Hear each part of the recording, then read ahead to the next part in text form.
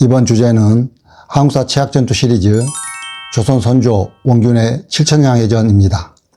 칠천량해전은 조선 조정과 지휘관 원균의 무능력이 부른 최악의 참사로 원균이 리더가 되자 5개월 만에 최강이었던 조선 수군이 괴멸된 해전이었습니다.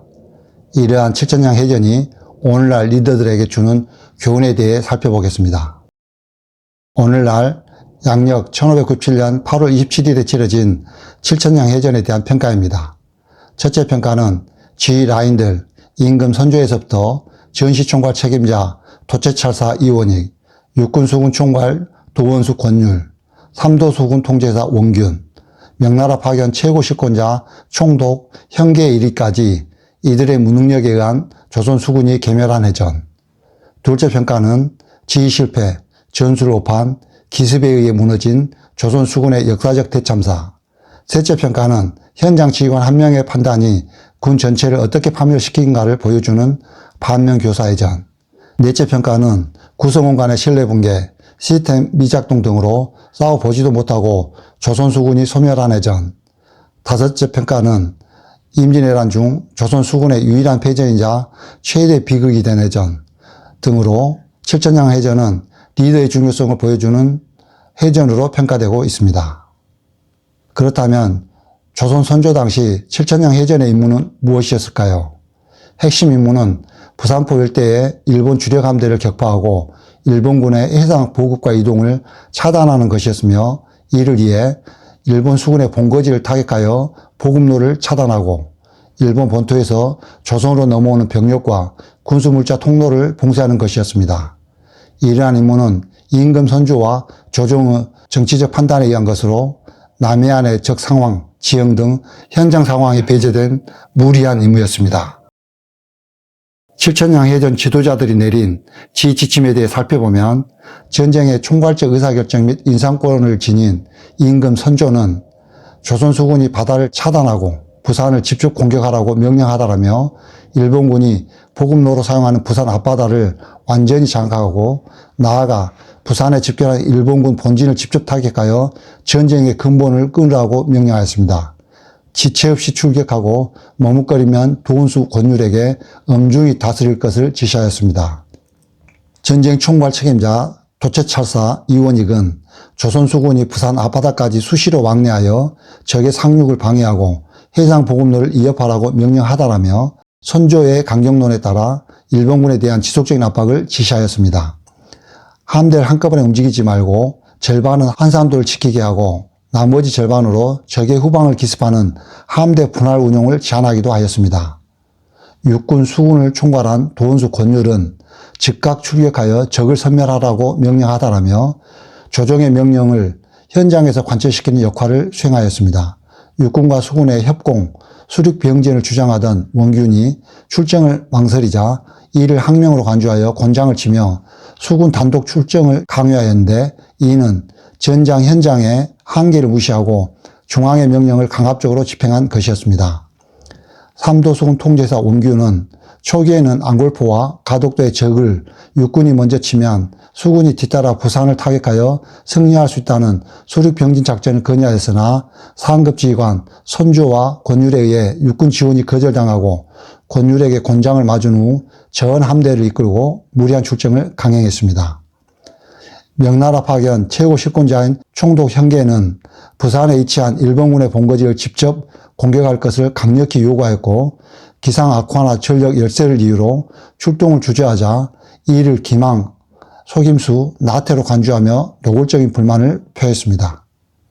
칠천량해전 지도자들은 전장 현장을 무시한 강압적인 공세 지침을 내려 원균이 이끄는 조선 수군을 사지로 몰아 칠천량해전에서 일본군 기습에 의해 대부분의 함선을 잃은 참혹한 결과를 초래하였습니다.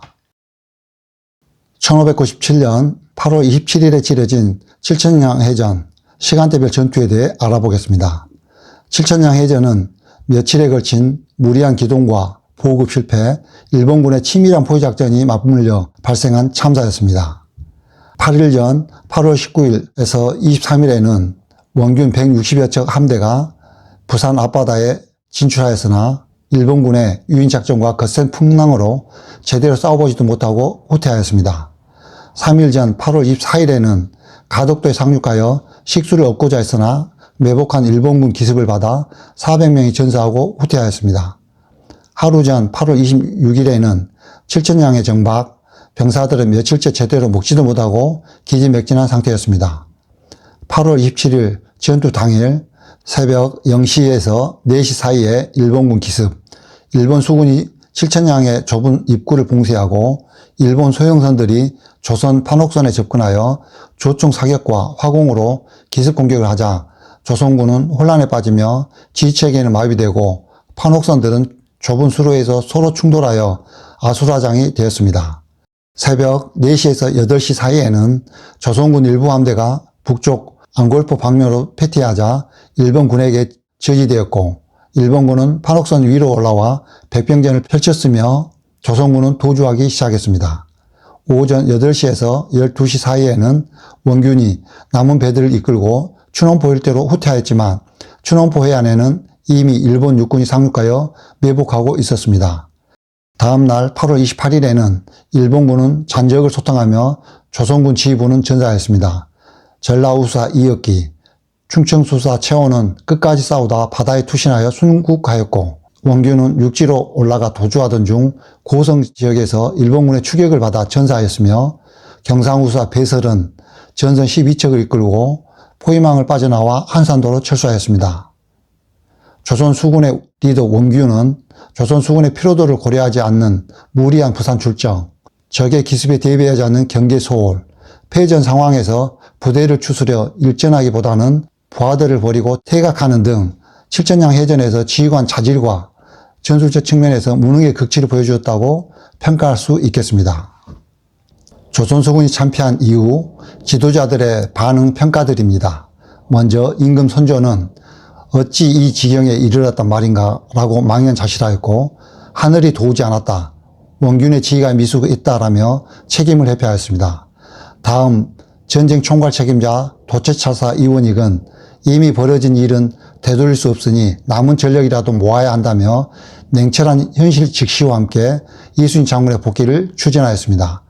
다음 육군 수군 총괄 도원수 권율은 지휘관으로서의 자책과 더불어 육군 지상전에 대비하였고 칠천량 해전의 패배는 지휘관의 전략 부재와 군심 위반의 결과로 평가했습니다. 다음 명나라 파견 최고 실권자 총독 현계는 조선 수군이 한순간에 사라졌다는 보고를 받고 경악하였으며 조선은 스스로를 지킬 능력이 없다, 무능의 극치라고 평가하며 조선 조정에 대한 간섭을 더욱 심화시키는 계기가 되었습니다. 칠천량 해전 결과를 접한 선조 임금 등 전쟁 지도자들은 자신들이 만든 재앙 앞에 얼어붙어 있다가 비통함 성찰하기보다 개인 안이 지키는 안전하다는 안도감과 더불어 결국 다시 이수신에게 모든 짐을 지우며 책임을 떠넘긴 비겁하고도 절박한 모습을 보였다고 판단됩니다. 이 같은 리더들의 행보는 임진왜란이 끝나고 불과 39년 만에 청나라에 항복하는 비극의 씨앗이 되기도 하였습니다. 칠천량 해전 승패 요인을 살펴보면 조선군 패배 요인으로는 첫째, 전쟁 지도부의 무능력과 군사식견 부재입니다. 임금 선조와 전시 총괄 책임자 도채차사 이원익, 육군수군 총괄 도원수 권율, 삼도수군 통제사 원균, 명나라 파견 최고 식권자 총독 현계 등 지도부의 종합적 상황 판단 및 통찰력이 미흡하였고 이들은 현장 상황을 무시하고 원균에게 속전속결로 일본군을 공격하는 것을 강력히 지시하였습니다. 둘째, 현장 지휘관 원균의 역량 부족과 적시적 판단 능력 부족입니다. 일본군의 유인책에 휘둘려 무리한 출정을 강행하고 적의 기습에 대비한 경계와 정찰을 소홀히 하였고 적 기습 시에 적절한 대응 명령을 내리지 못하고 우왕좌왕하였습니다. 셋째, 지형적 불리함과 전술적 고립을 자초하였습니다. 칠천량의 좁은 해협은 판옥선의 장거리 함포 공격과 선의 능력에 한계가 있었고 일본군의 장점인 배에 올라 싸우는 백병전에는 좋은 환경이었습니다.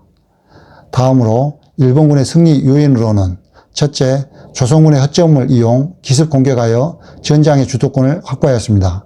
경계를 소홀히 하고 정박 중인 조선 수군의 해상과 육상에서 동시에 기습하였고 육군은 해안가에 상륙하여 조선 함대를 압박하였으며 기습, 협공, 백병전 같은 전술을 효과적으로 활용하여 승기를 잡았습니다.